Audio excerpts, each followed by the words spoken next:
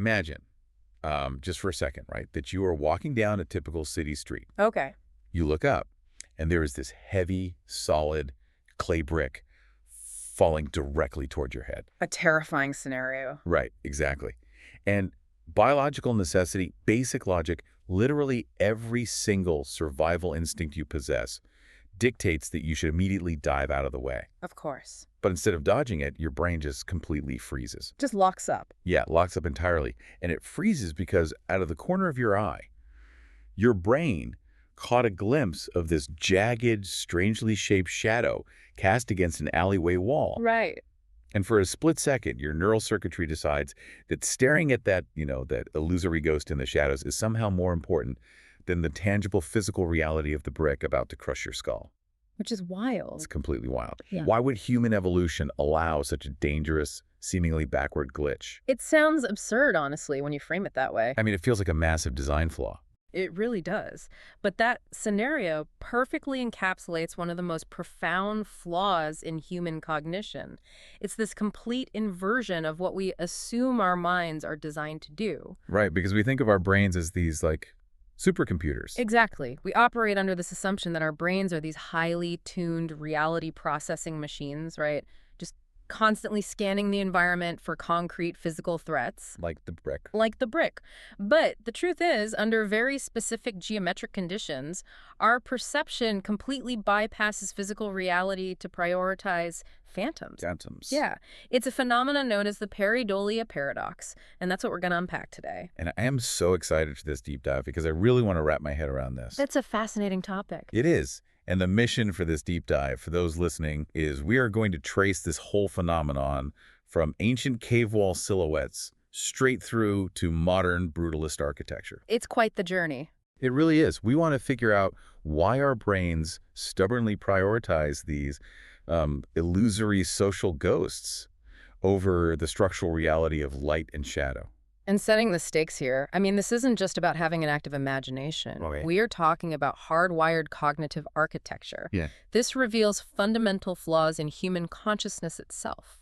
So it's not just, oh, I see a bunny in the cloud. No, not at all. When we analyze this paradox, it forces us to ask a deeply uncomfortable question. Which is what? If our brains can be so easily hijacked by a geometric shadow, how much of the reality you navigate every day is actually real? Oh, wow. And how much is just your biology lying to you? Okay, that is slightly terrifying. It is. Let's start by looking under the hood at the brain's hardware. Good place to start. Because before we can understand the historical sweep of this glitch, we need to understand the biology. What is actually happening when you or I see a face in a shadow? There's a very specific piece of neural real estate responsible for this, right? Yes, there is. It all centers on what we call the fusiform face area. The FFA. Right, the FFA. It's this small region located in the inferior temporal cortex of the brain. Okay, where exactly is that? To visualize it, imagine an area situated near the base of your brain, like just behind your ears. Okay, got it. Its primary evolutionary job is facial recognition. So it's the face detector. Exactly. When you look at a friend, your FFA lights up. It processes the spatial relationship between the eyes, the nose, the mouth, and instantly tells you, hey, that is someone I know. Which is super important for us, right? Oh, absolutely vital. For a deeply social species like humans, this fast-track recognition system is crucial for navigating group dynamics. You need to know who is friend, who is foe, who is family. But the system has a vulnerability. A massive one. Because it doesn't just look for faces. It goes into absolute overdrive when it processes high-contrast geometric intersections. Yeah, that's the glitch. The FFA isn't just this passive receiver sitting there waiting for a face to appear. It's a highly aggressive pattern-matching engine. Aggressive. Yeah. I like that word for it. It is. When it encounters high-contrast geometric intersections, meaning sharp, dark angles cutting across bright spaces, it starts working overtime. Like it's desperate to find a face. Desperate is the perfect word. It tries to map those random structural intersections onto a facial template. It basically forces the data to fit. But hold on. I'm going to push back here. Go for it. I'm having a really hard time buying that a static shadow on a wall overrides a moving brick falling at my head. It sounds counterintuitive. It really does. Because our peripheral vision is highly tuned to motion, right? Yes, it is. If I'm standing under a falling physical object, my visual system should prioritize the motion, not the static geometry of a random shadow. Why doesn't the brick win that visual race? That's a highly logical assumption, but it actually ignores the architecture of the brain's visual pathways. Okay, break that down for me. So visual information splits into two main streams when it leaves the occipital lobe at the back of your head. Two streams. Right. You have the dorsal stream, which is the where pathway. The where pathway? Exactly. It tracks motion and spatial location. That's the part trapping the falling brick. Okay. Then you have the ventral stream, which is the what pathway. It identifies objects and faces, and the FFA is part of this ventral stream. So it's basically a battle between the where and the what. Exactly. And in this specific context, the what pathway hits a critical bottleneck. How so? The FFA gets so intensely overstimulated by the high contrast geometry of that shadow that it essentially hogs the brain's processing bandwidth. It just takes over the whole system. It does. It sends an emergency alert straight to the amygdala, the brain's fear center, claiming, "Hey, I found a face watching you from the dark." Oh, wow. And that social threat alarm is so loud and so heavily prioritized by our evolutionary programming that it momentarily paralyzes the motor response that the dorsal stream is trying to initiate. The dorsal stream is yelling, "Dodge the brick." Right, but the ventral stream is screaming, "Predator in the shadows!" And you freeze because your brain is trying to calculate the intentions of the ghost.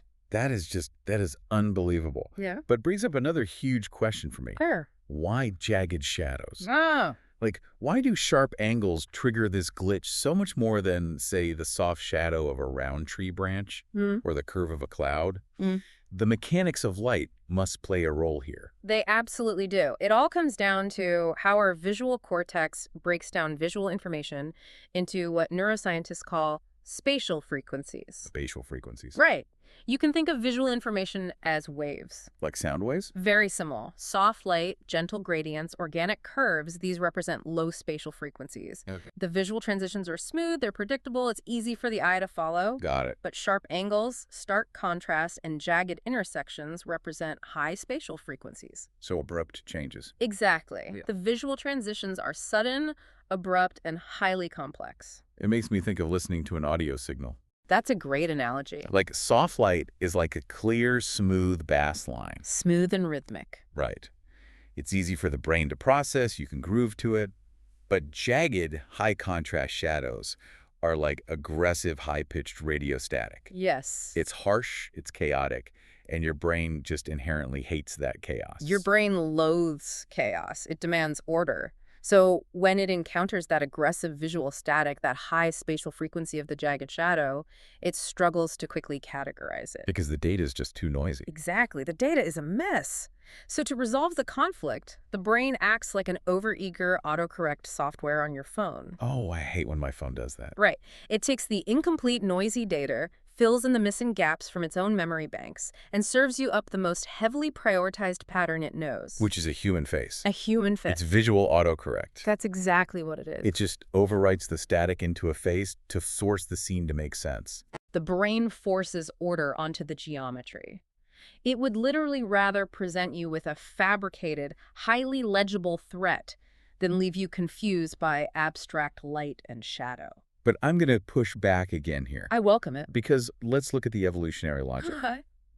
If our brains are so ruthlessly obsessed with survival, why did we evolve an autocorrect that prioritizes a fabricated face over the actual physical environment? It seems like a bad strategy. It really does. I mean, a glitch that gets you crushed by a falling rock doesn't seem like something natural selection would favor. Well, here's the thing. You're viewing the brain through the lens of a modern environment. Okay. A city street with falling construction debris is not the environment that shaped the fusiform face area. Right. Our brains are old. Very old. If this trait contradicts immediate physical survival today, it must have served a distinct evolutionary purpose in our distant past. We don't evolve neural superhighways by accident. So we have to rewind the clock. We do. We are leaving the modern street and going back to the cradle of the glitch. The ancient cave. The ancient cave. Okay, paint the picture for us. All right, put yourself in the sensory environment of an early human living in a cave or a rock shelter. It's dark. It's very dark. Your primary source of light is a flickering fire. Okay. So when that torchlight hits the uneven rock surfaces all around you, what happens to the visual environment? Well, you get incredibly sharp, dancing, jagged shadows. Exactly. High contrast geometric intersections everywhere. The walls are essentially broadcasting that high spatial frequency static we just talked about. You are living in an environment that is constantly generating the exact type of visual noise that overfires the FFA. Just constantly triggering the glitch. Every single night. Now, factor in the psychological state of early hominids. They were stressed. Beyond stressed. They were prey. Right. They were surrounded by apex predators. We're talking saber-toothed cats, cave bears, dire wolves. Things that want to eat you. Things that actively hunt you in the dark. And they were also constantly under threat from rival human groups. The darkness outside the firelight wasn't just, empty space. It was a lethal, active threat zone. So they were basically marinating in a state of high alert survival paranoia. Perfectly said. Just staring at jagged, dancing shadows on the walls every single night. And in that high-stakes environment, early humans actively prioritized spotting hidden figures in the darkness. They had to. As a defense mechanism, their brains tuned the FFA to be hypersensitive. The threshold for what constituted a face was drastically lowered. Okay, let's break down the evolutionary mathematics of that, because this is where the false positive versus false negative dynamic comes in, right? Yeah. It's error management theory in action. Error management theory explains this glitch perfectly. Let's say you are looking at a dark, jagged shadow in the back of the cave. Okay, I'm looking at it. You have two options. Option A. Option A, your brain hallucinates a face in the rocks. You get a massive adrenaline spike. You grab your spear. You shout a warning to the tribe. Everyone wakes up terrified. Right. But it turns out it was just a shadow. False alarm. A false alarm, a false positive. You burn some calories and maybe you look a little foolish to the rest of the tribe, but you are alive. You survive to see the morning. Exactly. And option B is the fatal error. Option B is the false negative. You assume it's just a shadow. You ignore the high spatial frequency noise. Get back to sleep. You go back to sleep. But it's actually a rival human hiding in the dark, or a predator stalking the edge of the firelight. And you are killed. You are killed. So it was infinitely safer to hallucinate a face and be wrong than to dismiss a shadow and be dead. That is the core of it. The false positive keeps you alive. The false negative removes you from the gene pool entirely. Wow. So evolution literally selected for paranoia. It did. The paranoia was a highly tuned, highly effective adaptation to low-light, high-threat scenarios. That makes so much sense when you frame it like that. Right. Over thousands of generations, this constant ritualistic scanning of the shadows for hidden faces became permanently hardwired into our cognitive architecture. It got baked in. Deeply baked in.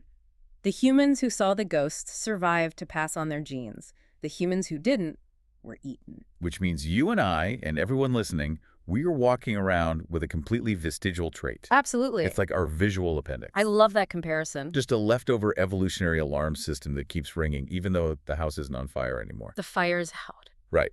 The cave predators have been gone for millennia, but the alarm system is still cranked to maximum volume. A vestigial glitch is definitely the right framework for this. Our visual hardware is still running the software of a paranoid cave dweller. Still looking for saber-toothed cats. Exactly. The physical threats have entirely changed, but our ventral stream is still desperately searching the jagged geometry of our modern world for shadow people. That brings us to a really fascinating pivot in this deep dive. Let's hear it. Because we've established how ancient low-light environments program this glitch into our biology. But the premise here isn't just that this glitch exists as some harmless hangover from the Stone Age. No, it's not harmless. The argument in the sources is that it is becoming significantly more pronounced right now in the 2020s. Yes. And the reason for that has to do with how our modern tools are actually priming our ancient brains. The intersection of ancient biology and modern technology is exactly where this paradox starts to accelerate. Explain that. Well, we are currently living in a digital-first era, and studies analyzing visual cognition over the past decade show a marked increase in our sensitivity to low-resolution facial patterns. Wait, really? Are our screens literally rewiring the sensitivity of the FFA? Think about what a digital screen fundamentally is, regardless of whether it's a phone, a tablet, or a monitor. It's a bunch of lights. It is a grid. Yeah. It is composed of pixels and voxels, tiny, blocky squares. Oh, right. Even in ultra-high definition, we are constantly processing geometric, grid-based representations of reality. We're looking at tiny squares all day long. Yes. The modern human spends upwards of 8 to 12 hours a day looking at digital text, blocky user interfaces, compressed video feeds, and pixelated avatars. So our visual diet has shifted. Radically. We've gone from the infinitely complex organic shapes of nature trees, clouds, rivers, to overwhelmingly geometric, grid-aligned, low-resolution data. We are starving the brain of organic curves. And force-feeding at right angles. Exactly. And the brain is incredibly plastic, meaning it actively adapts to the stimuli it is most frequently exposed to. It changes itself based on what it sees. Right. So by looking at grids and pixelated images all day, we are essentially training the brain to extract meaning from minimal, blocky data. We're teaching it to see faces in the blocks. In machine learning terms, we are overfitting the model. We are drastically lowering the threshold of geometric information the FFA requires to declare, yes, I found a face. The irony there is staggering. It really is. I mean, by staring at high-tech screens all day, trying to navigate the absolute pinnacle of modern human communication, you're actually making your brain more susceptible to ancient hallucinations. You are actively priming the caveman circuit. Every single hour you spend on a screen sharpens the brain's ability to pull ghosts out of the static. It's a compounding effect. You pair the ancient, hardwired desire to find faces in jagged geometry. With a modern digital training regimen? Right. A regimen that constantly reinforces the brain's ability to pull faces out of low-res, blocky shapes. Which brings us to the physical world. Yes, the built environment. And this is where the deep dive takes a truly haunting turn. Right. Because the digital age has made us hypersensitive to low-res, blocky patterns, right? Right.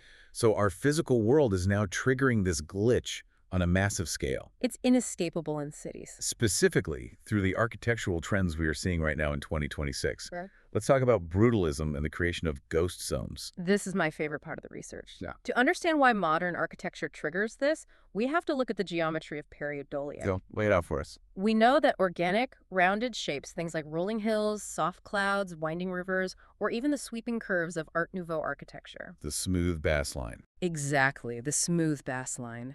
They do not trigger the FFA in the same aggressive way. They completely lack the high spatial frequencies. Okay, so round shapes are safe. Round is safe, but modern concrete angles. Brutalist architecture. Harsh static. These are the exact high-contrast geometric intersections that send the FFA into absolute overdrive. For context, for anyone who might not know, brutalist architecture is that style that utilizes massive, monolithic concrete blocks. Lots of raw concrete. It's heavily angular, very imposing, and structurally rigid. There are almost no soft edges anywhere. Pure brutalism is purely sharp, harsh geometry. We saw a boom in the mid-20th century, like the 60s and 70s. And now, in 2026, there is a massive resurgence of it in modern urban centers. It's everywhere right now. And structurally, think about what happens when you have massive concrete blocks and sharp angles intersecting in direct sunlight. You get deep, incredibly jagged, high-contrast shadows. Cast right across the facades of the buildings and the pavements below. Oh, wow. The exact same kind of shadows that early humans saw dancing on the uneven walls of the caves. The visual parameters are nearly identical. That is why. What modern architects perhaps didn't realize, or maybe they did, which is a whole other conversation, is that by designing these massive urban spaces with specific light-to-shadow ratio, Meaning what, exactly? where vast swaths of harsh, blinding light intersect abruptly with deep, angular shadows, Right. by creating those, they are acting as the perfect unintended triggers for our hardwired facial recognition software. So they are inadvertently building massive urban ghost zones. Yes, entire city blocks where the angle of the sun and the raw concrete combine to create a perfect storm of visual noise. Forcing the brain of every pedestrian walking by to hallucinate faces in the architecture. The light-to-shadow ratios in these 2026 brutalist revivals are actually mathematically fascinating. Tell me more about that. Well, it's not just any shadow that triggers the glitch. The trigger occurs when the ratio of the width of the shadow to the sharpness of the concrete angle perfectly mimics the spatial frequencies of a low-resolution human face. Give me an example of what that looks like on a building. Okay, imagine a horizontal shadow beneath a concrete overhang. Okay. to the FFA that mimics a brow ridge. Oh, man. Then you have two vertical recessed windows right below it. They cast shadows that perfectly mimic dark eye sockets. I can picture it perfectly. And maybe a protruding ledge further down creates the triangular shadow of a nose. The brain's autocorrect doesn't stand a chance. It is entirely overwhelmed by false signals. But I want to talk about the psychological weight of this. Well, it's heavy. Because it's not just a cool optical illusion, right? It's a physiological response. Yes, it is. What does it actually do to a person's baseline mental state to live in an urban environment that constantly suggests a phantom human presence? The subconscious toll is immense. It has to be exhausting. It really is. And the thing is, you don't have to consciously look at a building and think, oh, that concrete block looks like a face, for the glitch to occur. So it happens beneath your awareness. Completely beneath it. Your primitive brain is constantly processing that geometric environment as being populated by watchers. Watchers. That gives me chills. Your FFA is firing rapidly, sending a continuous stream of low-level signals to your amygdala. Saying what? Saying, we are being observed. There is someone in the shadows. Stay alert. We are building cities that literally haunt us. Yes, we are. We've replaced the uneven, terrifying rock walls of the Paleolithic cave with perfectly poured, perfectly angled concrete. But our brains are still conjuring the exact same shadow people. The canvas changed, but the ghost is the same. We think we're so advanced walking around our climate-controlled concrete and steel metropolis. But emotionally, the architecture is constantly thrusting us back into the dark. It generates a pervasive baseline anxiety in urban populations. It's a cognitive cost that people pay without even realizing it. Like a background hum of stress. Exactly. People frequently report feeling uneasy in certain architectural spaces. I've felt that. Right, feeling a sense of dread or paranoia in certain modern plazas or alleyways. We usually just brush it off. We do. We attribute it to a bad vibe or, poor lighting. But structurally, neurologically, what's actually happening? It is your vestigial glitch firing off alarm bells because the geometry is tricking your ventral stream. Let's dig deeper into that cognitive cost. Okay. Because what happens to our minds in real time when we are walking through these ghost zones, the research in our sources describes this as a real-time neural conflict. That's a great term for it. It's the emotional response of fearing the shadow. And the most alarming part to me is that this fear actively overrides our logical processing. That is the core of the paradox right there. Walk me through it. Let's trace the neurological pathway of a pedestrian walking past a brutalist concrete pillar at dusk. Okay, picture the scene. The shadow falls across the pavement in a sharp, jagged pattern. Your logical brain, specifically your prefrontal cortex, knows exactly what it's looking at. It knows it's a building. Yes. It understands the concept of concrete. It calculates the angle of the sun. It grasps the basic physics of the shadow. The logic center is perfectly rational. Completely rational. But the primitive circuitry doesn't wait for the prefrontal cortex to finish its math. It acts first. It has to. In survival situations, speed is everything. The fear response operates on two tracks in the brain. We call them the high road and the low road. High road and low road, okay. The high road goes from the thalamus to the visual cortex up to the prefrontal cortex for logical analysis, and then down to the amygdala. That sounds like a long trip. It is. That takes time. Milliseconds, but still, time. The low road goes straight from the thalamus directly to the amygdala. A shortcut. A panic shortcut. When the FFA detects the high contrast geometry and autocorrects it into a face, it uses the low road. So the fear hits before the logic even boots up. Exactly. You feel a sudden spike of primal fear. Your heart rate jumps. Your pupils dilate. You physically react. You feel an urge to avert your eyes or speed up your walking pace. The critical point is that the emotional response happens fractions of a second faster than the logical processing. The fear of the shadow overrides the structural reality. Even when your conscious mind finally catches up and says, "Relax, buddy, it's just a concrete pillar," the adrenaline is already in your bloodstream. Your brain prioritizes the illusory face. Every single time. It's like your brain is violently insisting on the lie, even when the truth is right there in front of you. It prefers the lie if the lie keeps you safe. You can touch the concrete, But your nervous system is responding to the ghost. If we synthesize this, it proves something incredibly profound about the human condition. What's that? Human perception is profoundly subjective. We don't see reality as it is. We do not see the world as it structurally, objectively is. We see the world as our social and evolutionary baggage demands it to be. Our vision is heavily filtered through millions of years of survival paranoia. We are continually projecting our ancestral fears onto modern geometry. Okay, so if our brains are actively hallucinating ghosts in the concrete because we stare at screens too much and our ancestors were terrified of the dark, how do we fix it? That's the big question. What do we do with this information, and what does the future of urban design hold? Because the concept of rewiring the geometric lens comes up frequently in these sources. Yes. The first step toward reclaiming control over the visual perceptions is metacognition. Metacognition. Thinking about thinking. The act of thinking about how you think. It's about bringing the unconscious glitch into conscious awareness. Pulling it out of the shadows, so to speak. Precisely. When you feel that sudden jolt of unease walking past a heavily shadowed building, instead of letting the amygdala dictate your emotional state, you can consciously deconstruct the geometry. How do you do that in real time? You pause, and you literally say to yourself, okay, my FFA is overfiring right now because that 90-degree overhang and the shadow from the sodium street lamp are mimicking the spatial frequencies of an eye socket. You just name the mechanics of it. You strip away the emotional power of the illusion by labeling the mechanism. You consciously override the primitive glitch with your logical neocortex. Yes. You reassert the tangible reality of the physical structure. It requires active, deliberate mindfulness in how we process our built environments.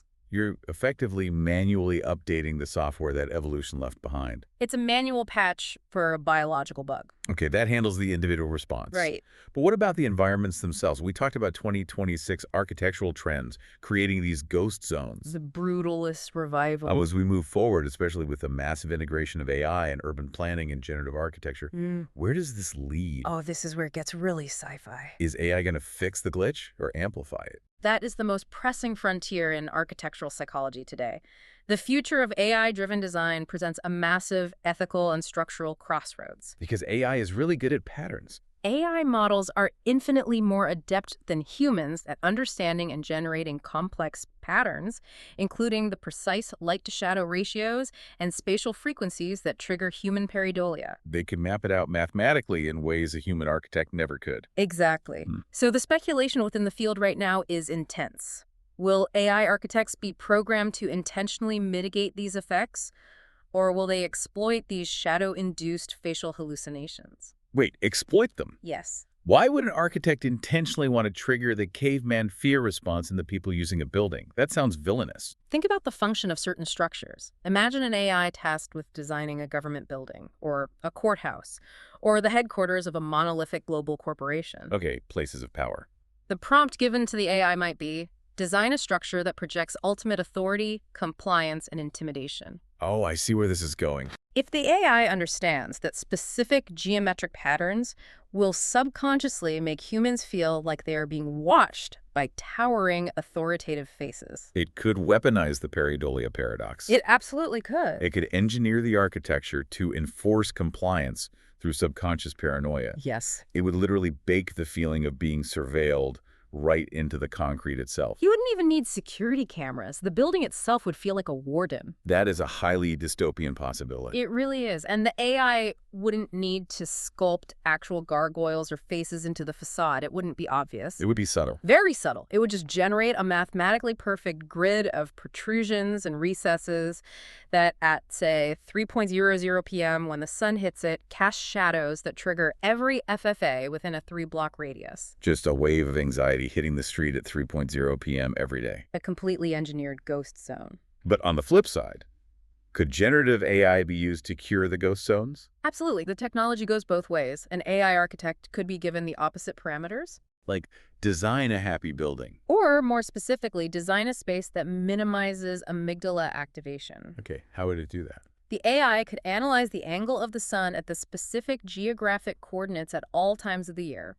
It could map out the shadows cast by the proposed building and intentionally adjust the angles. To avoid those spatial frequency. Yes, it could soften the corners, break up the geometric intersections, and introduce low spatial frequencies specifically to soothe our overactive visual cortex. So you could design spaces that actively suppress the glitch. Creating environments that feel intrinsically peaceful, safe, and completely free from the gaze of the shadow people. It forces us to examine the intent behind our algorithms. That's a real lesson here. If an AI designs a building, it possesses the capability to know it's creating ghosts for us to look at. The variables we prioritize in the code will determine whether our future cities are designed to scare us or comfort us. It highlights how deeply intertwined our ancient biology is with the future of our physical environments. It's all connected.